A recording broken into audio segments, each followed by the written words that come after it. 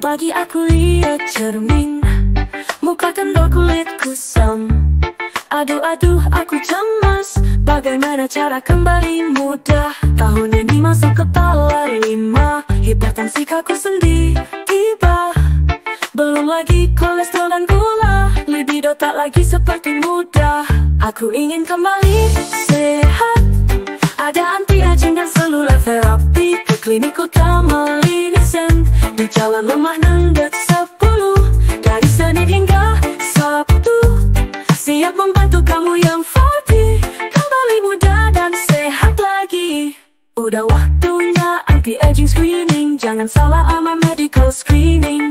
Karena medical screening untuk monitoring penyakit kamu yang makin sering. Ayo kerja yang semangat, biar tua kamu ada berkat.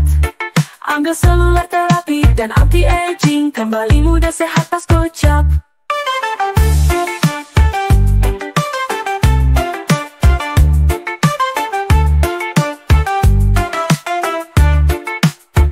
Aku ingin kembali sehat, ada anti-aging dan seluler terapi. Ke klinik utama Linesen, di Jalan Lemah Nendet 10, dari Senin hingga Sabtu. Siap membantu kamu yang fatih, kembali muda dan sehat lagi.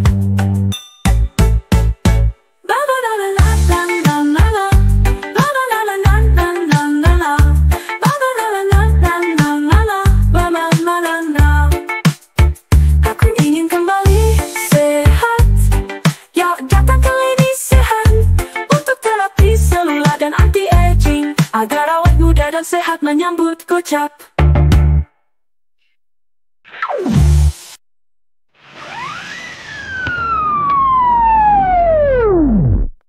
Halo, selamat pagi menjelang siang.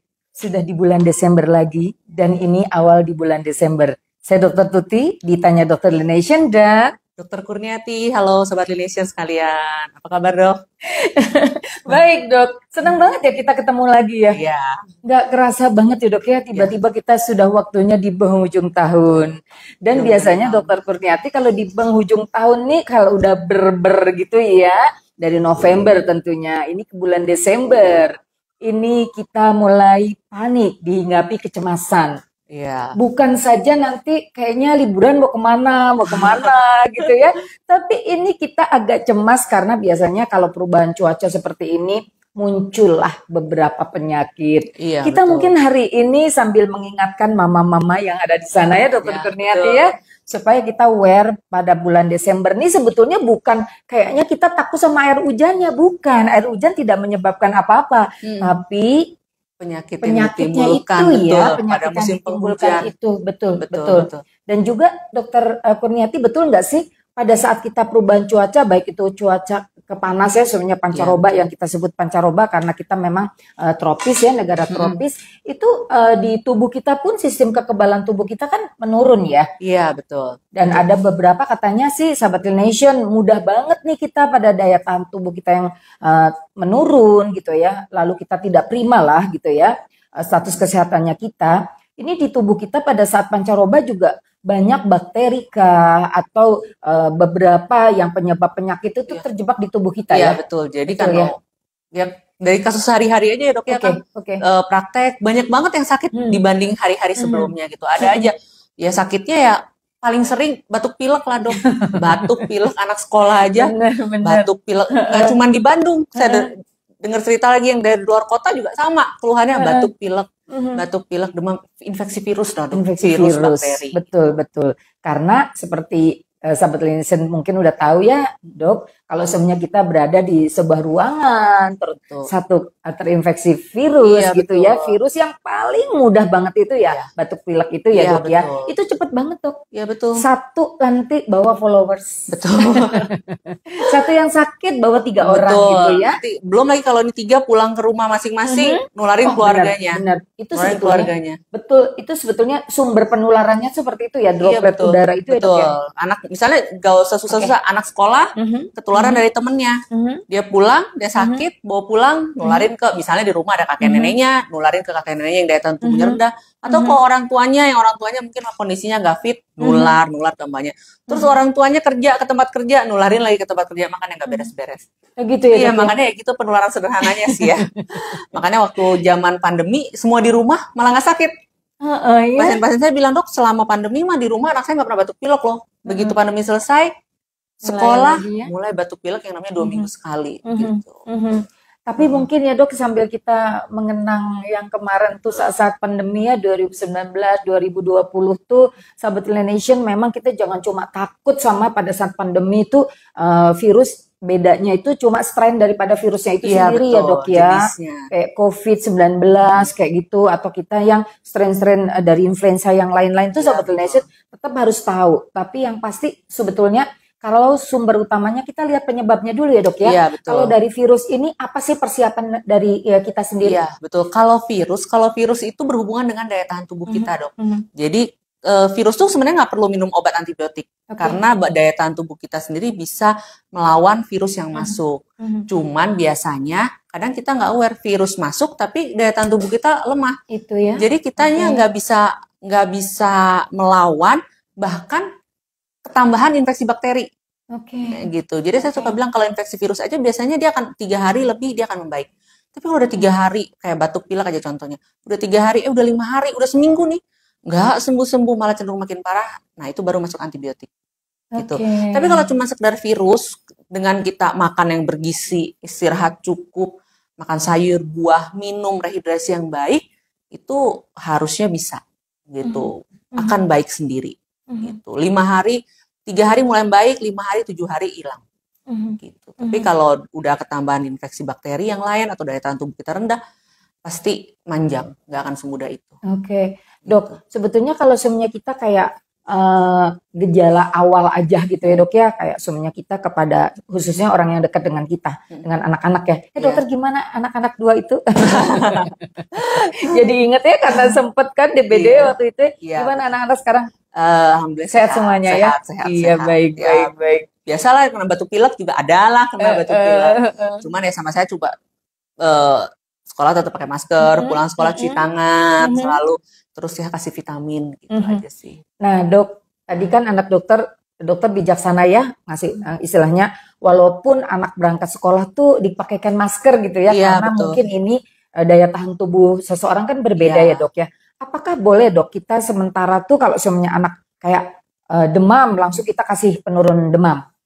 Boleh nggak demamnya dulu semuanya kayak gitu? Ya, kalau saya pribadi saya jadi gini, kalau demamnya udah 378 gitu ya. Kalau saya langsung kasih paracetamol karena gimana pun akan nggak enak ya. Terutama kalau anak-anak dia akan merasa nggak nyaman. Cuman ada memang yang berpendapat bahwa kalau masih 37 belum 38 mah biarin dulu aja lah biar melatih kekebalan tubuhnya. Itu balik lagi ya ke kondisi anaknya juga gimana. Kalau anaknya udah 378 udah lemes, mending dikasih. Cuman yang lebih aware adalah orang tua yang anaknya punya riwayat kejang. Betul, punya riwayat kejang demam. Atau memang dia ada turunan kejang, orang tuanya memang kalau demam kejang cuman anaknya orang tuanya udah nggak ada apa-apa, anaknya terutama di bawah 5 tahun ya, tiap kali demam dia baru naik sedikit langsung kejang. Nah itu harus betul begitu mulai naik 376, 378 lah maksimal harus langsung kasih obat penurun panas supaya nggak sampai terjadi kejang. Gitu. Nah ini dia Sobat Nation, mungkin yang walaupun kita baru nih ceritanya, kita baru opening gitu ya, tapi udah hangat ya, karena pas dokter Kurniati emang spesialisasinya beliau beda ya dengan dokter Tuti ya. Kalau dokter Tuti lebih banyak concern di kecantikan, jadi pas nanyain panel demam tuh langsung dokter bilang ada yang harus sama kita itu artinya di di warning gitu ya, bahwa digarisbawahi bahwa kalau semuanya punya riwayat tadi kejang gitu ya, itu harus lebih kita spesial lagi gitu ya, kepada anak kita. Jadi boleh gitu ya dok ya? Boleh. Harus menghindari yang tadi gitu ya dok ya, betul. Begitu. Jadi supaya jangan sampai kejang duluan, karena kan begitu kejangnya meskipun sebentar itu otak kan kekurangan oksigen ya. Pada saat kejang otak kekurangan oksigen, itu untuk anak-anak itu resikonya tinggi sekali. Gitu. Kekurangan oksigen bisa ada kerusakan sel-sel saraf kan. Gitu. Makanya saya selalu bilang kalau sama pasien saya, kalau memang dia punya riwayat kejang, terutama orang tuanya punya riwayat kejang, bisa kemungkinan anaknya ada riwayat kejang. Gitu. Itu harus begitu demam sedikit langsung kasih obat penurun panas. Jangan tunggu lama. Gitu. Supaya jangan sampai terjadi kejang. Iya, jadi sahabat Nation tadi ya harus kalau semuanya punya riwayat, walaupun sebentar ya dok ya, pada masa babynya gitu. Ceritanya nih anaknya udah 5 tahun, tapi sempet pas masa bayinya itu ada riwayat yang kayak kejang kayak gitu, tetap ya harus protectionnya sampai umur berapa dok kayak gitu? Jadi kejangnya usia 0 bulan sampai 5 tahun. Biasanya kalau kejang demam sederhana, bukan karena yang lain-lain ya, penyebab lain, tapi memang karena dia demam jadi kejang, itu bisa sampai 5 tahun. Tapi setelah lebih 5 tahun, kalau dia cenderung sering kejang, nah itu harus dievaluasi lagi. Apakah memang ada kelainan neurologis, kelainan saraf, apakah ada epilepsi, atau ada penyakit infeksi lain yang memang harus diperiksa. Gitu. Tapi kalau di bawah 5 tahun tiap kali demam, kejang, nah itu oke lah, kita masih bisa lebih, tahu itu cuma kejang demam. Tapi kalau udah lebih dari 5 tahun, masih sering kejang, itu harus konsultasi ke dokter anak. Gitu.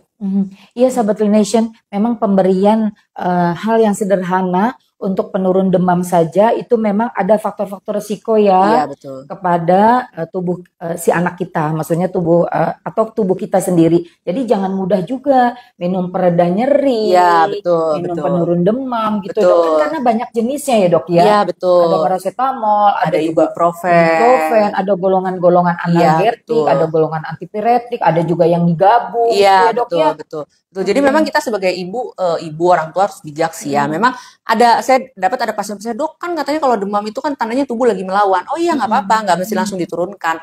Tapi kalau udah tidak diturunkan bukan berarti kita tidak melakukan apapun juga gitu ya. Jadi ya anaknya oke lah, idealis kita tidak mau pakai obat penurun panas gitu. Tapi anaknya dikompres, lalu anaknya harus banyak minum karena kurang cairan juga bisa naik suhu tubuh.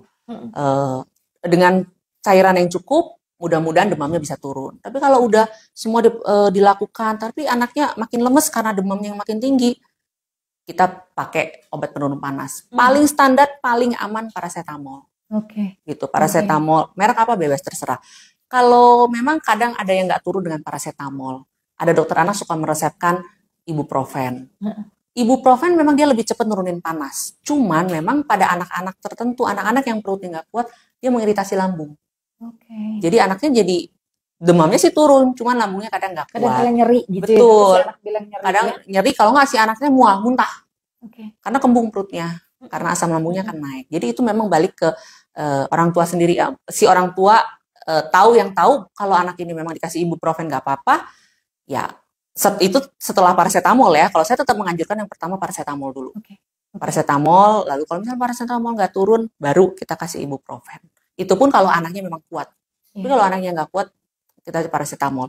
Paracetamol boleh per berapa jam dok? Kalau pada anak sih standarnya per 8 jam ya, jadi sehari 3 kali. Tapi kalau misalnya pada anak-anak yang belum 8 jam udah turun, bolehlah per 6 jam. Gitu. Paling cepat dok, biasanya durasi berapa? Kalau pada dewasa masih per 4 jam masih oke. Tapi kalau pada anak-anak saya nggak sarankan. Kalau udah per 4 jam udah terlalu pendek. Saran saya kalau udah per 4 jam masih tinggi, lebih baik bawa ke dokter. Harus dicari gitu. Sama ya, tapi kalau misalnya masih 8 jam, belum 8 jam, biasa banyak keluhan yang dok baru dikasih turun panas, tapi 3 jam udah naik lagi, kompres dulu. Kompres dulu, kasih banyak minum, lalu dipertahankan sampai 6 jam baru kasih lagi. Seperti itu sih. Sambil ya siap-siap konsultasi ke dokter ya kalau memang misalnya nggak turun. Ya karena kita jangan sampai ya dok ya, kita kasih obat tapi ternyata kita nggak memperhatikan nutrisinya atau intake cairannya sahabat Nation, karena itu kan penting banget ya dok buat demam. Jadi kita jangan cuma fokus aja kita tuh pada obat-obatan yang kita berikan. Nah anak nih nafsu makannya bagaimana ya dok ya, apalagi kalau demam tinggi itu gitu, sempat demam tinggi terus udah gitu kan ini pasti merusak papil-papil lidah ya dok ya. Jadi makanan apapun terasa pahit kan, benar nggak sih dok ya kalau habis kita demam ya dok ya gitu. Makanan gak ada rasa. Dok, sahabat Nation, Sebentar, Sahabat Nation, memang seru banget kalau ketemu dokter yang keren ini. Dokter Tuti ya, kalau sebelumnya baru nanya pertanyaan, itu kayaknya seluruh unsurnya udah kejawab sama beliau ya. Jadi tadi nanyaan baru ini, kayaknya sih kurang kalau sama dokter Kurniati ini 1 jam. Karena baru penyakit di musim penghujan ini banyak banget ya Sahabat Nation. Tapi dokter udah sangat-sangat bener memberikan aware kepada kita. Sampai dokter Tuti juga baru teringat gitu bahwa kalau sebenarnya kita membahas penyakit musim hujan, kan kita cuma pikirnya tuh batuk, pilek, diare gitu ya dok ya, bener nggak? Batuk, pilek, diare, terus nanti ada semacam kadangkala tuh suka ke kulit ya dok ya, gitu betul, kan gatal-gatal atau apa gitu. Terus ada katanya satu hal ya dok ya, pernah sering-sering dibahas tuh leptospirosis kayak gitu-gitu deh, nanti deh itu banyak banget. Ternyata ketemulah satu nih sama dokter, ya ampun dok. Bener banget, aku nggak kepikir ada di balik semua itu ada misteri kejang. Karena kejang itu bikin orang tua sangat-sangat panik dok. Iya betul. Serius, karena saya pernah mengalami dok kejang di anak saya yang paling kecil ya, anak saya 3 paling kecil. Itu sampai saya bingung, dan pada saat kejang itu sebetulnya dok, seberapa cepatkah penanganan yang harus dilakukan oleh orang tua? Kayaknya bagaimana SOS-nya dok? Ya, untuk protap kejang. Jadi kalau kejang banyak banget mitosnya di Indonesia. Katanya masukin sendok ke mulut supaya nggak kegigit lidahnya, kasih kopi supaya nggak kejang. Iya, itu tuh semua mitos. Itu tuh nggak boleh. Jadi pada saat kejang yang harus kita lakukan adalah bebaskan jalan nafas. Jadi jangan sampai ada apapun yang menghalangi jalan nafas. Jadi mulut tuh nggak boleh disodok-sodok dikasih apa gitu tuh nggak boleh. Karena itu malah akan melukai anak dan melukai diri yang menolong. Gitu, masukin tangannya lah, karena kan pada saat kejang anak itu nggak sadar dia nggak tahu dia menggigit apapun juga, jadi jangan. Dia bilang menggigit lidah, dia nggak akan menggigit lidah. Gitu. Yang ada adalah pada saat kejang kita harus miringkan dok, miringkan. Jadi posisinya misalnya anaknya gini, miringkan sehingga pada saat ada cairan atau apa dia nggak ngeselak, nggak aspirasi, tersedak oleh cairan liurnya sendiri, dimiringkan supaya kalau saran muntah atau apa keluar. Lalu jangan dipegang. Bisa jadi patah kalau dia kejangnya terlalu ini. Gitu. Jadi yang harus dilakukan adalah baringkan di tempat yang aman. Kalau misalnya dia pas kejang lagi di kursi atau apa, tidurkan. Gitu. Jangan lakukan apapun, pastikan anak itu tidak deket sesuatu yang berbahaya. Gitu. Miringkan, amati kejangnya berapa lama. Karena itu nanti bisa dibawa untuk ke rumah sakit, betul, informasi betul untuk di rumah sakit, karena semakin lama kejang itu berarti menentukan nanti terapinya seperti apa, betul, diagnosisnya apa nanti. Jadi yang kita bisa lakukan itu miringkan, jangan kasih cairan apapun juga ke dalam mulut pada saat kejang, tidak boleh. Walaupun ditetesin, tidak boleh, pipet gitu tidak boleh, apapun juga tidak boleh. Baringkan di tempat yang aman dan jangan berusaha memegang itu, biarkan begitu dia selesai kejang langsung bawa ke rumah sakit. Nah, gitu. Nah, ada pasien-pasien yang orang tuanya sudah pernah mengalami kejang, biasanya sama dokternya, sama dokter anaknya itu akan dibekali dengan obat anti kejang. Obat anti kejang sama obat penurun panas yang dimasukkan lewat anus. Gitu. Jadi kalau memang ada keluarga yang anaknya memang lewat kejang, biasanya dia pasti sudah sedia anti kejang di rumah. Nah, itu bisa dimasukkan. Dimasukkan setelah pada saat anaknya kejang, begitu dia kejangnya hilang, dimasukkan, atau pada saat kejang selama bisa kan dimiringkan, masukkan obat anti kejangnya. Gitu. Biasanya harus selalu sedia. Jadi biasanya pasti dokter anaknya udah ngebekelin buat anak-anak yang memang punya riwayat kejang. Gitu. Pengalaman yang sangat berharga ya. Mudah-mudahan nih Sahabat Nation yang saat ini melihat kita, tentunya kami ucapkan terima kasih masih tetap bersama Dr. Kurniati dan Dr. Tuti. Nah, silahkan sekarang, katanya sudah ada pertanyaan. Assalamualaikum, selamat siang dok. Izin bertanya tips apa saja agar anak kita tidak sakit setelah bermain hujan-hujanan. Setelah bermain hujan-hujanan. Ya, jadi musim hujan itu kenapa sih orang sering sakit gitu? Sebenarnya kalau yang bikin sakit adalah pada saat kita kena hujan, kan dingin ya, baju apa semua basah. Itu tuh pada saat kita basah kedinginan dalam kondisi lama, badan kita tuh suhunya jadi turun. Pada saat suhunya turun, di situ kekebalan tubuh kita juga ikutan turun gitu. Kan suhu normal manusia itu 36, 37. Tapi pada saat kita kehujanan, kedinginan tuh turun misalnya jadi 35. Nah, pada 35 tuh sistem kekebalan tubuh kita juga turun, nggak aktif gitu loh, karena suhunya tuh dingin menurun. Jadi makanya kenapa kalau main hujan jangan lama-lama. Iya. Kalau misalnya lama banget ya, jadi kan kedinginan, suhu tubuh kita turun. Tapi kalau misalnya nggak sengaja nih, pulang sekolah, nggak sengaja kehujanan bentar di rumah, tapi di rumah cepet mandi air hangat, itu mah nggak apa-apa gitu. Tapi ya kalau main hujannya sejam gitu ya bisa sakit. Tapi kalau cuma dia sebentar, nggak sengaja kehujanan, ya cepet mandi, kasih yang anget, kasih minum air hangat, mandi air hangat, itu sih saya rasa mudah-mudahan nggak sakit. Iya, iya. Mungkin sih lebih bijaksananya kita jangan sampai ya dok ya berpikir bahwa air hujan itulah penyebab penyakit. Bukan ya Sobat Nation. Air hujannya sih tidak apa-apa. Tapi kalau tadi kata Dokter Kurniati, kalau kehujanannya lama atau sengaja kita bermain hujan-hujanan, itu menyangkut daya tahan tubuh kita. Karena perubahan cuaca yang berbeda, terutama khususnya perubahan suhu di dalam tubuh kita ya dok ya. Betul. Baik. Oke, pertanyaan selanjutnya dok ya. Dok mau bertanya, apakah sebenarnya arti sakit masuk angin, apakah itu berhubungan dengan batuk flu atau demam?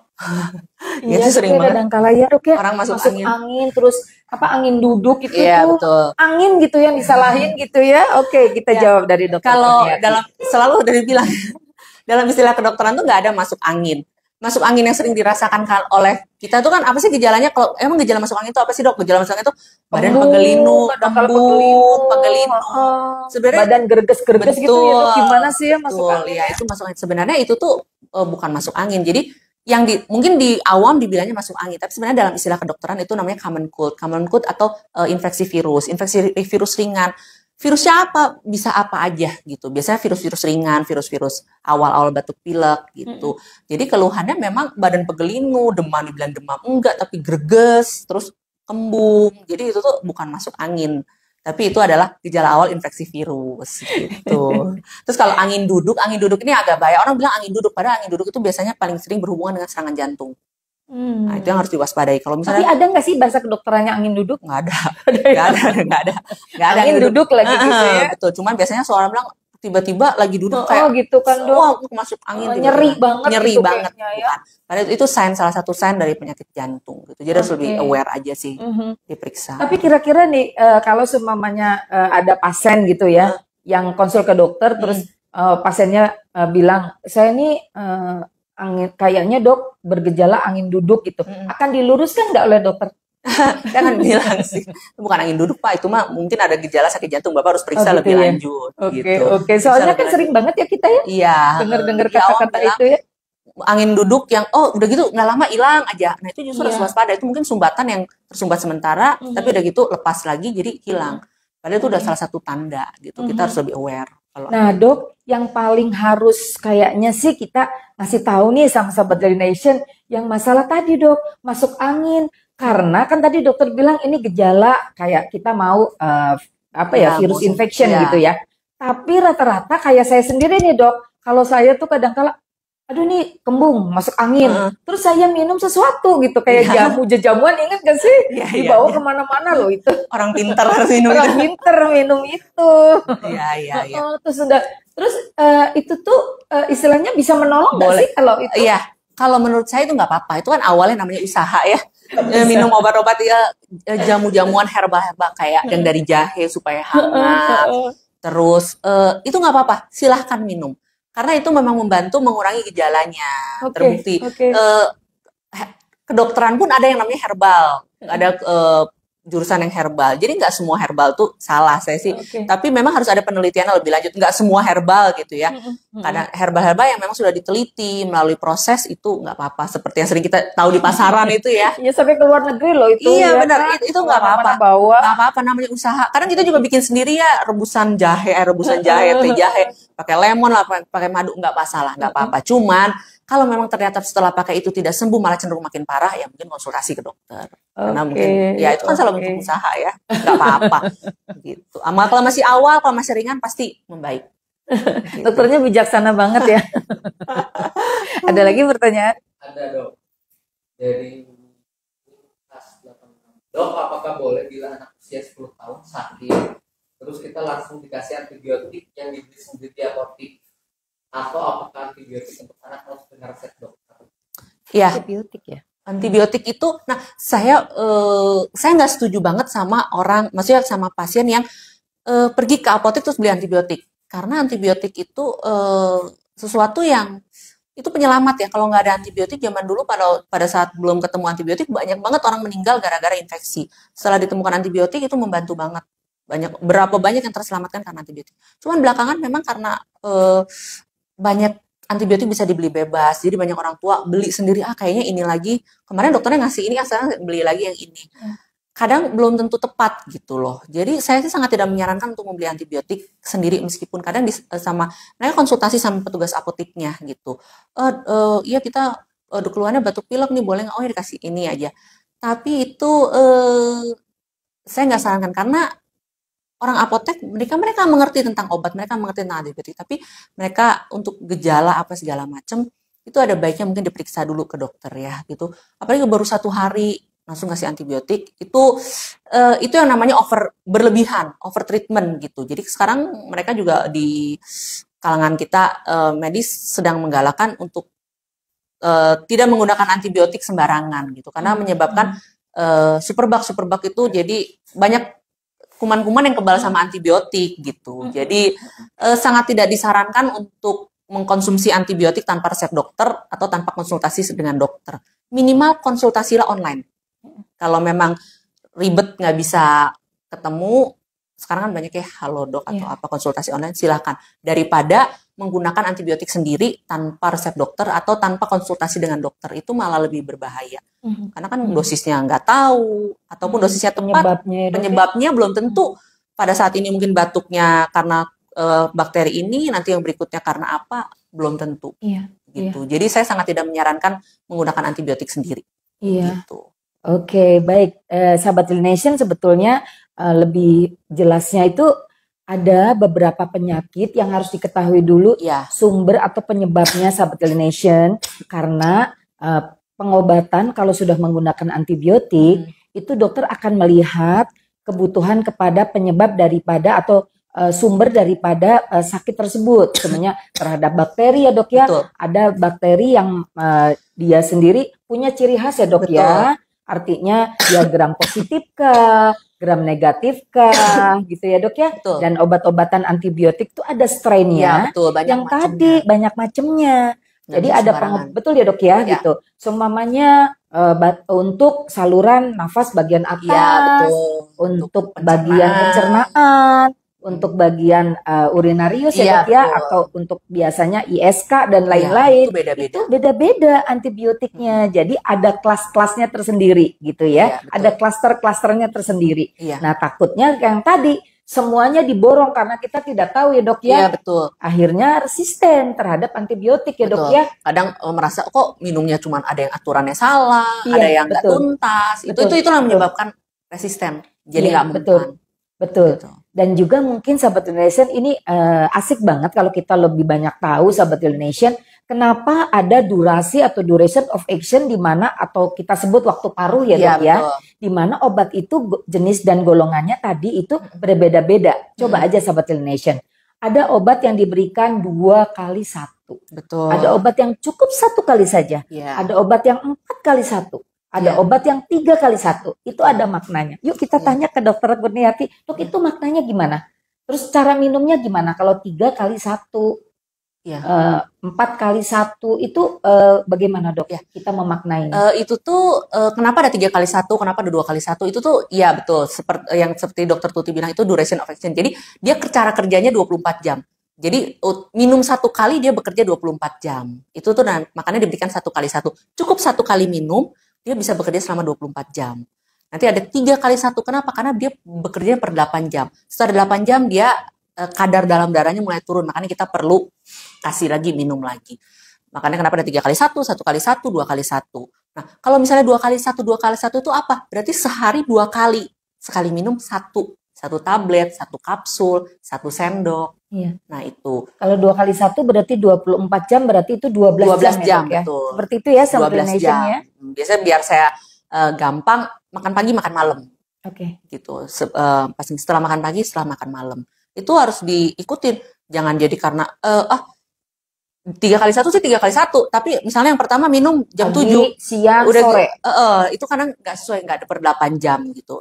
Minimal per 8 jam, harus per 8 jam. Tapi kalau misalnya kurang sedikit ya oke lah, misalnya kebetulan nggak bisa. Tapi selama bisa per 8 jam lebih baik. Gitu. Dan syarat kalau sudah diberikan antibiotik nih Sahabat Nation kan selalu ada tulisan ya, habiskan. Itu juga terpengaruh tuh sama nanti bakteri yang akan terbunuh ya, Betul, ya maksudnya nanti jangan sampai menyisakan yang belum sampai tuntas itu dia kalau semuanya di usus tuh kan jadinya memang itu ya dok ya, maksudnya bisa relapse ya, betul bisa kayak kembali tipes, lagi kayak tipes kayak gitu-gitu ya dok ya. Kadang ada pasien yang bilang, aduh udah minum 3 hari aja, udah enakan nih, udah sembuh, nggak diterusin.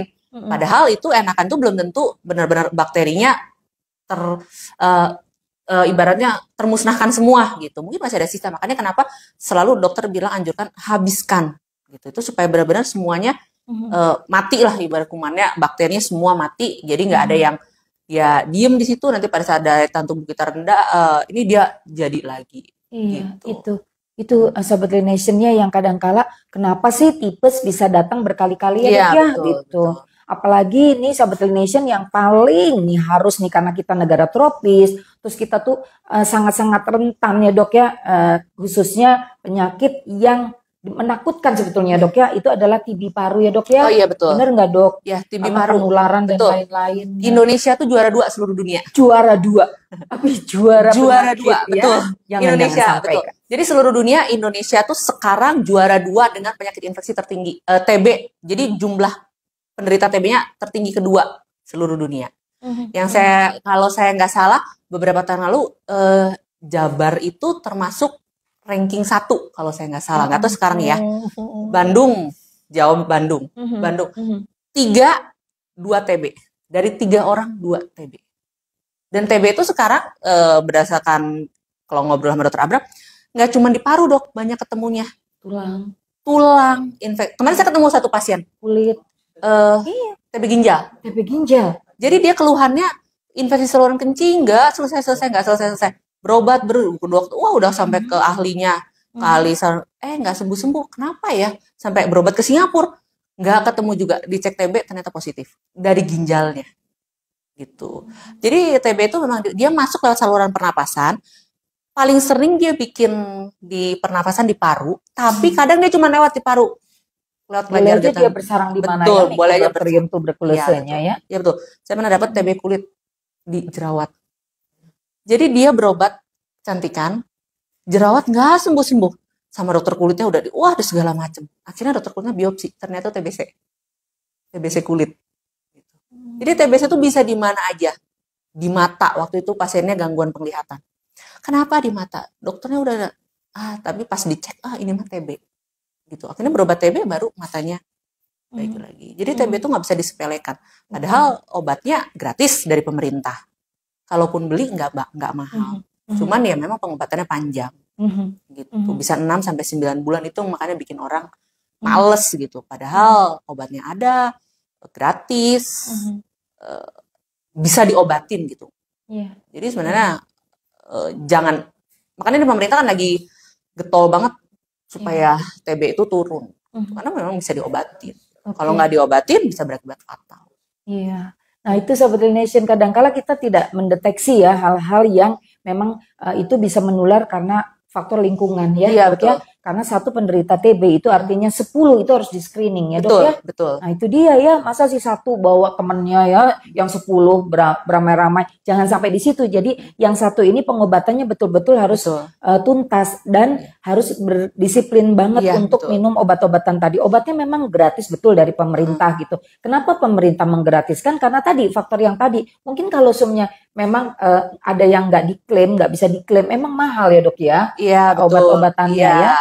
Dan juga kalau sudah kita minum obat-obatan untuk TB paru atau TBC itu Sobat Nation itu harus sesuai banget dengan tadi sebenarnya kontrol sekian bulan itu harus 2 bulan kontrol atau pengambilan obat dan lain-lain itu pokoknya harus patuh ya dok ya. Betul.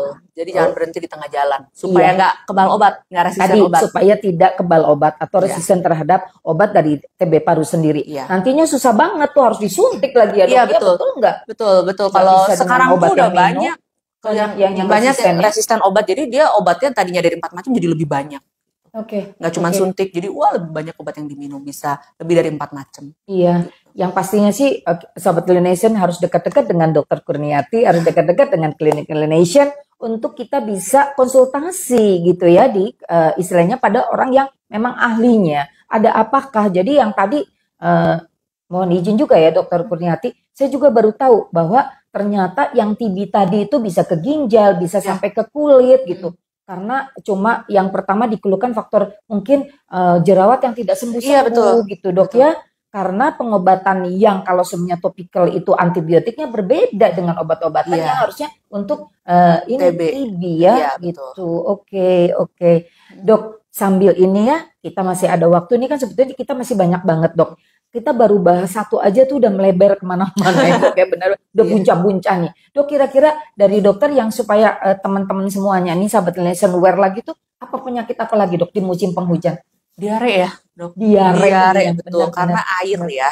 Air kadang kita airnya terkontaminasi dengan bakteri, kita masak, atau kadang kita di luar kehujanan, kadang kan kita kecipratan air dari selokan lah, air genangan air di jalan, pulang semuanya tangannya nggak cuci itu masalahnya betul ya, kita langsung makan. Nah itu yang harus diwaspadai juga ya, karena kan pada saat ini kan kita tahu aja begitu hujan dikit banjir di mana-mana, betul, banjir di mana-mana, kita nggak sengaja kena air kotor, air dari got yang meluap, itu semua bisa jadi sumber penyakit, sumber infeksi. Bisa jadi mencret, ya itu sakit kulit itu ya dok ya. Sakit kulit, gatel, karena mungkin kadang kalau bisa langsung cuci mandi kan bisa, tapi kadang kan kita nggak bisa langsung cuci, nggak bisa langsung mandi, kebetulan karena keterbatasan waktu atau apa, itu air genangan kotor itu nempel lama di kulit. Nah itu yang bisa menyebabkan ya infeksi kulit. Gitu. Terus nggak cuci tangan ya itu ya jadi mencret itu sih dok. Gitu. Dok, saya sempat juga biasanya pada musim-musim kayak penghujan ini kan kita suka tadi kayak bakteri gitu ya atau jamur gitu ya dok ya. Kalau virus yang kayak semuanya menyerang hepar itu mungkin nggak sih kayak hepatitis A itu pada musim penghujan? Hepatitis A ya bisa sih, karena kan dia itu tapi lama ya? Iya, itu kan munculnya hepatitisnya? Iya, jadi kuning. Makanan yang jorok itu? Iya betul. Jadi mungkin mengolah makanannya pada saat makanan ada air yang dipakai untuk mengolah makanannya nggak bersih, terkontaminasi oleh virus hepatitis itu. Jadi ya muncullah kenalah sakit hepatitis A yang kuning, kita bilang sering penyakit kuning itu gitu. Sama ya kebetulan mungkin sebenarnya nggak cuman pada musim penghujan sih kalau hepatitis A, yang musim kemarau juga bisa, intinya karena ada virusnya. Cuman mungkin kalau pada musim hujan ya itu air yang mengalir. Iya. Gitu. Rasanya semuanya serba-serba kayak kita takut sama hal-hal yang kotor gitu ya. Iya betul.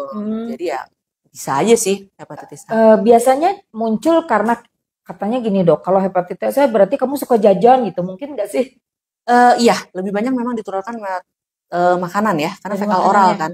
Jadi dari keluar dari saluran pembuangan, mungkin gak cuci tangan yang ngolahnya, dia mengandung virus hepatitis. Dia mengolah makanan. Dari situ juga. Ya? Kadang kan kita kalau jajan di pinggir jalan kita nggak tahu ya. Gitu. Apalagi sekarang jajanan di mana-mana loh dok, dan itu enaknya tuh jajanan pinggir jalan. Bener-bener. Kemarin saya lihat ada video ya, dia nggak tahu nambahin air kukusannya, nggak tahu nambahin air kuahnya, ditampung dari botol air hujan gitu, nggak ada yang lihat. Itu dimasukkan, ditambahkan ke air, entah mungkin air rebusannya, air kukusannya, kita nggak tahu ya. Gitu. Makanya mungkin boleh makan di pinggir jalan, cuman mungkin kita harus hati-hati, lebih lihat lah, bener bersih nggak sembarangan gitu sih dok. Baik sahabat Clinician, kayaknya ya kalau semuanya udah membahas nih masalah yang timbul di bulan yang memang nih kan persiapan kita tuh udah pengennya tuh liburan bersama keluarga ya dok ya. Kita pengen nanti karena kan ini juga anak-anak kan lagi udah mulai tes nih dok, bener nggak? Mulai menjemput liburan nih anak-anak dok ya. Kalau semuanya dari dokter Kurniati, kalau semuanya kayak gini nih dok, kan tadi dokter bilang bisa aja virus, bisa aja ada bakteri kayak gitu.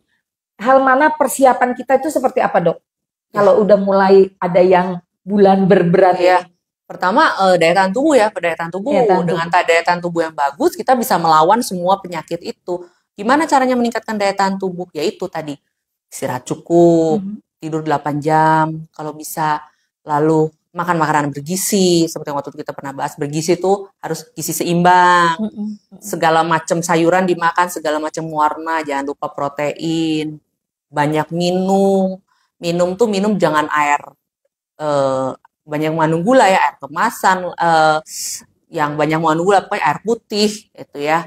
Lalu udah istirahat, makanan bergizi, olahraga juga penting, jadi meningkatkan stamina. Dengan olahraganya bagus, peredaran darah lancar, ya mudah-mudahan itu jadi bekal kita lah supaya kita bisa menyambut ini dengan lebih baik gitu ya. Jangan sampai sakit mau liburan udah beli tiket sakit. Iya, gitu. Betul.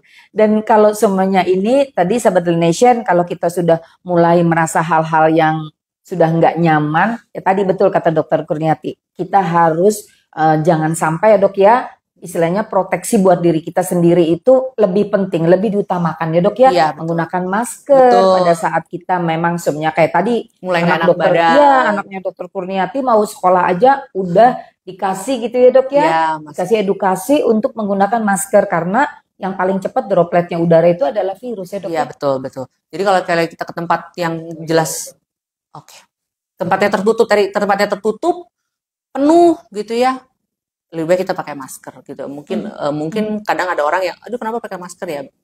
Itu pakai masker tuh hak pribadi kalau kata saya. Iya. Jadi boleh pakai, boleh tidak gitu. Kalau yakin dengan daya tahan tubuhnya bagus, silakan nggak pakai masker gitu. Tapi kalau kelihatan, aduh beberapa hari ini saya kurang enak badan, tidur malam, wah kayaknya daya tahan tubuh saya nggak siap. Terus saya mau ketemu orang banyak di ruangan tertutup, lebih baik pakai masker. Seperti itu. Oke. Dok mau bertanya, apa yang harus dilakukan jika terkena diare atau penyakit pencernaan selama musim hujan? Oke. Kalau diare, pertama jangan lupa cairan. Gitu. Kita bisa pakai Oralit di rumah. Jadi tiap kali habis mencret, minum Oralit sejumlah, kalau saya bilang kalau dewasa 200 cc, jadi 1 gelas belimbing gitulah, gitu dibikin. Jadi tiap kali habis mencret, muntah, minum 1 gelas. Kalau pada anak-anak mungkin dia nggak bisa langsung habisin 1 gelas ya Dok ya. Beri setiap kali dia minta, ingatkan untuk minum. Bisa kita sendokin. Nggak mesti Oralit, bisa dari sup, bisa dari kuah makanan, bisa dari minum air putih pun bisa. Yang penting pertama cairan, jangan sampai kurang cairan. Yang kedua, kita bisa mungkin pertama beli obat yang di warung seperti sekarang kan ada Entrostop anak, Entrostop dewasa, itu membantu supaya bukan menghentikan tapi mengentalkan si kotorannya supaya nggak terlalu banyak cairan yang dibuang. Tapi setelah itu tidak ada perbaikan, udah kasih apalagi sudah mencretnya lebih dari 4 kali, 5 kali, 6 kali, wow, apalagi tambah lemes pasiennya, saran saya langsung bawa ke dokter. Apalagi ditambah muntah ya Dok? Betul, ditambah muntah, terutama pada anak kecil dan orang tua, itu dehidrasinya cepat banget. Itu kalau kita mungkin seusia kita masih oke lah, kita masih bisa, tapi kalau pada anak-anak cepat banget, pada orang tua juga cepat banget dropnya. Begitu dia kurang cairan, langsung drop. Gitu. Jadi yang pertama ya itu cairan, minum air, apapun juga kalau bisa Oralit bisa. Yang kedua ya, oke boleh minum obat yang di pasaran yang menghentikan yang dijual di Entrostop. Saya pernah lihat dijual di minimarket di kayak Alfamart, Indomaret itu masih bisa ada gitu. Obat warung lah istilahnya. Tapi kalau udah obat warung nggak ada perubahan, saran saya ke dokter. Seperti itu. Dok, anak saya kalau demam sulit turun walau pakai paracetamol dan bisa nggak pipis sama sekali setelah lebih dari 5 jam. Padahal minum banyak, dan jika anaknya segar sedikit, aktif dan gak lemas, apakah harus periksa? Iya, kalau misalnya udah demamnya nggak turun, udah minum paracetamol, terus nggak ada pipis, padahal minumnya banyak.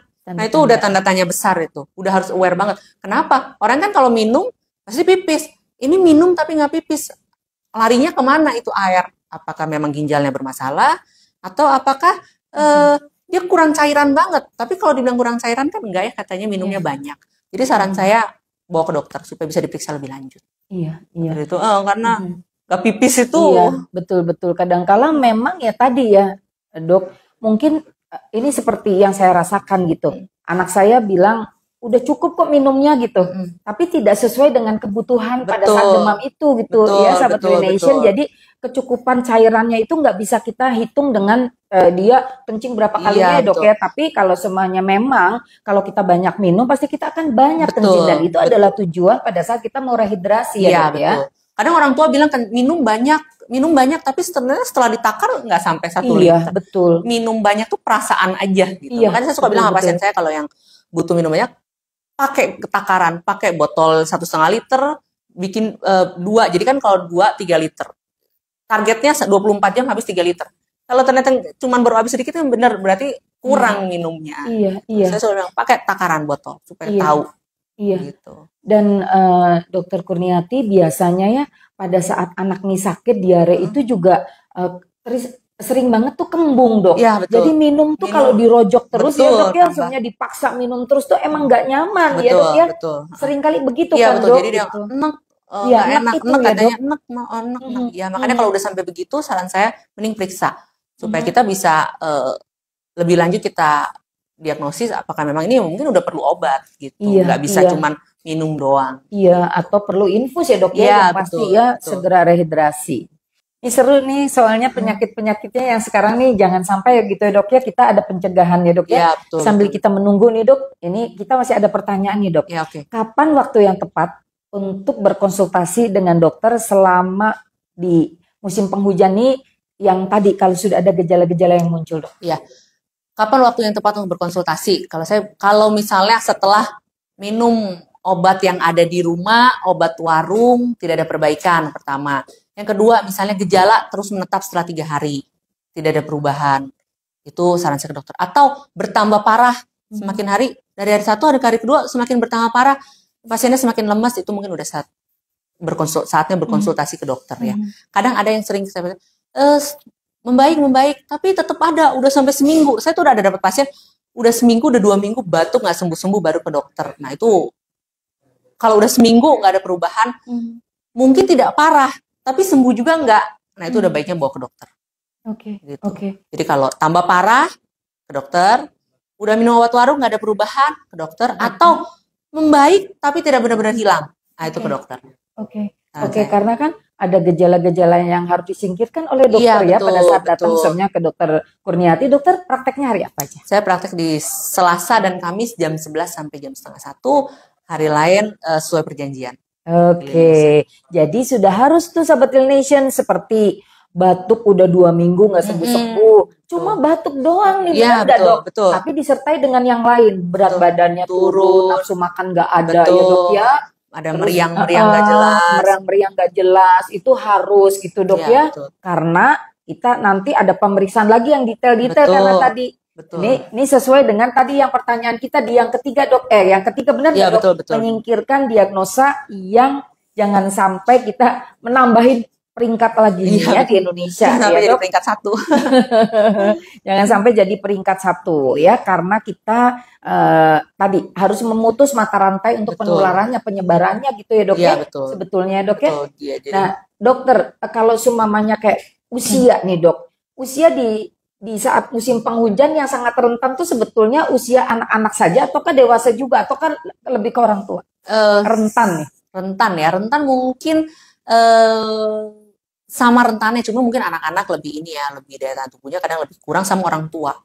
Orang tua lebih daya tahan tubuhnya juga udah nggak sebagus orang dewasa seperti kita. Jadi memang harus diwaspadai. Makanya kan pada anak-anak atau orang yang tua kadang suka disarankan untuk vaksin influenza itu diimunisasi supaya karena bagi mereka kadang pilek aja bisa jadi heboh gitu, terutama orang tua dan anak-anak.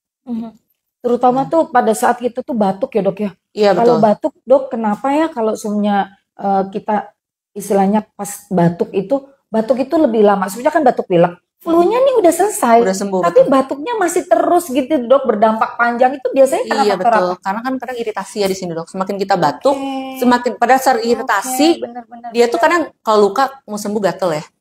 Kadang kita karena gatel, kadang kita batukin lagi, terus itu malah menambah iritasinya gitu. Jadi udah mau sembuh malah jadi kebuka lagi. Berarti kalau di tangan udah mau sembuh kan, jangan digaruk itu udah mau sembuh. Tapi kadang kalau kelihatan mah iya, kalau yang di sini nggak kelihatan ya, jadi kita batukin malah jadi luka lagi, tambah lagi, terus kemasukan lagi sama kuman yang lain malah jadi tambah panjang.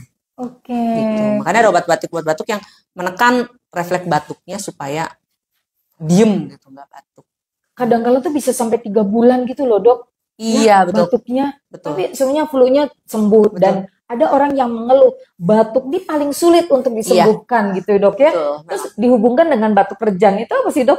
Batuk kerjan itu batuk 100 hari, itu pertusis itu ya itu ada. Tapi yang paling sering sekarang tuh batuk sering kenapa? Alergi. Batuk gitu. alergi. Batuk alergi, betul. Jadi cek juga ya dok ya. Iya, betul. Alergi apa sebenarnya? Terutama alerginya cuaca ya dok ya. Iya betul, alergi cuaca, debu, betul. Gitu. Bukan cuma alergi makanan aja ya Sahabat Nation ya. Jadi kita juga mesti dicek deh ya gitu. Iya, banyak banget memang untuk yang cek untuk itu ya dok ya, terutama khususnya yang autoimun ya dok ya. Hati-hati juga banyak ya dok ya sekarang ya dok sekarang, ya. Betul. Ya, karena gaya hidup bisa macam-macam. Boleh bisa ada yang udah ini? Siapa aja? Ketemu begini, intens begini tuh, ini waktu dari narasumber kita, waktu dari beliau tuh udah benar-benar sangat spesial buat Sahabat Nation.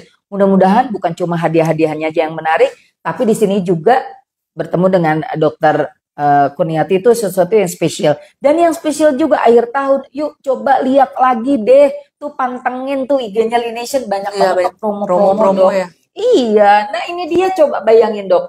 Ada promo-promo kita ininya dok Beauty Wonderland. Jadi benar-benar kita menikmati di akhir tahun ini segala sesuatu yang memberikan kita emosi yang sangat-sangat gembira ria ya dok. Iya betul. Siapa tahu nanti mau ada acara Natal, tahun baru, jadi udah glowing maksimal nanti ya Sahabat Nation.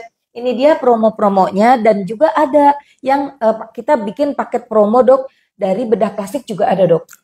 Dan itu kita hanya spesial di edisi untuk bulan November. Pokoknya kalau kurang lengkap lihat sendiri ya di tayangan kita di IG kita. Dan juga kita selalu dok, ini kita ada penjualan di e-commerce juga. Jadi selalu kita ada live TikTok, live IG juga, live Shopee juga kalau untuk pembelian e-commerce. Jadi kita lengkap lah. Lalu kalau semuanya ini dok, kayaknya materi kita hari ini kayaknya kurang nih, pengen di-review lagi, itu juga kita ada di YouTube-nya dari channel YouTube Lination. Jangan lupa ya subscribe supaya nanti loncengnya bergetar pada saat kita sudah tayang-tayang. Lalu di sini juga selain Dokter Kurniati, pasangan hidup Dokter Kurniati juga dokter spesialis penyakit dalam di Klinik Utama Lination. Ada Dokter Abram. Lalu juga di sini ada dokter neurologi, ada Dokter Gatot, ada dokter gigi ortodok, ada dokter Susi, dokter gigi Susi, ada dokter gigi Krisna, ada bedah plastik, ada akupuntur, ada juga psikolog, Bu Siva. Lalu juga ada fisioterapi betul, Pak Furkon. Ada juga nih yang tadi pokoknya yang dapat nih Kak Mario sama Kak Ahmad nih kudu nyobain ke salon Lination. Itu juga benar-benar enak banget dok. Potongnya nih kalau sebenarnya saya sekeren rambutnya dokter loh, sama pendeknya segitu. Ih keren banget dok, benar-benar. Nanti saya kasih lihat ya foto rambut pendek saya. Lalu juga di sini kan langsung dok kita laboratorium. Iya betul, ada laboratoriumnya. Betul. Laboratorium kita di sini sangat-sangat lengkap. Bahkan yang tidak ada di tempat lain itu kita ada di sini. Ada di Bandung dok, khususnya untuk pemeriksaan autoimun dok. Itu laboratoriumnya itu kita khusus juga. Ada pemeriksaan anti-aging itu khusus juga kita punya di sini dok. IgG Food kita yang tadi untuk pemeriksaan autoimun salah satunya itu dokter anti-aging estetik wellness itu dokter David Budiwartono dok. Lalu juga ada dokter Tessa. Masih kurang lengkap apa coba dok? Iya betul, semua ada ya. Coba semuanya ada, alat-alat lengkap. Iya betul, alat-alat juga lengkap. Lengkap banget. Terus sarana prasarananya tuh deket banget loh dok. Betul. Jadi teman-teman untuk yang mau mampir di Klinik Utama Lination itu Jalan Lemah Nendet nomor 10 Bandung ya. Itu Sahabat Lination gampang banget ya dok ya. Bener nggak? Kita tuh deket banget dengan kalau sebenarnya Pasteur itu, ya itu kan dekat Maranatha itu kita tinggal naik sedikit, cuma beberapa 100 meter juga kayaknya nggak ada ya dok ya? Ada Dari- sosmeternya dari pom bensin itu? Oh iya, nggak ada. Nggak ada ya, Nggak ada Dok, ya? 50 meter paling. Nah, itu kadang-kala suka nanya patokannya di mana katanya gitu, Dok. Gampang banget loh. Setiap hari itu saya kesini pakai Maps, Dok, dan langsung diarahkan sesuai dengan tadi. Klinik Utama Laination buka dari jam 11, tutup jam 7 malam. Itu ada, Dok, di situ. Apakah Anda mau lanjut katanya gitu ya.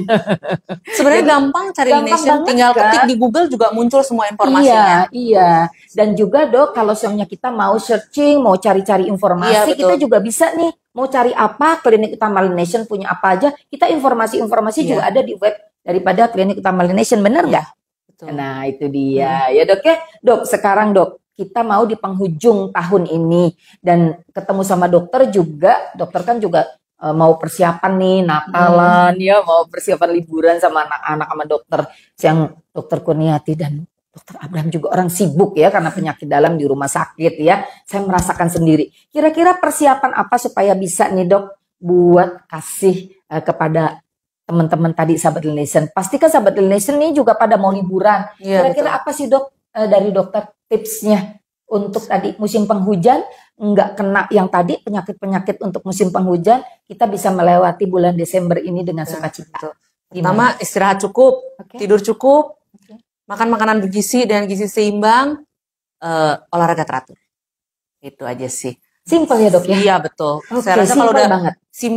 simple tapi mungkin ngelakuinnya itu Nah, yang agak dia, susah. konsisten untuk Betul, melakukan. konsisten, betul. Tidur cukup, jadi supaya besok balik lagi seger lagi. Oke, oke. Makanan gizi seimbang supaya apa yang masuk memang sesuai dengan kebutuhan tubuh kita. Iya. Lalu ya itu yang terakhir, olahraga Oke. teratur. Itu Oke. aja sih. Oke, thank you. Tapi kita minta dong sama dokter di spill nih satu lagi.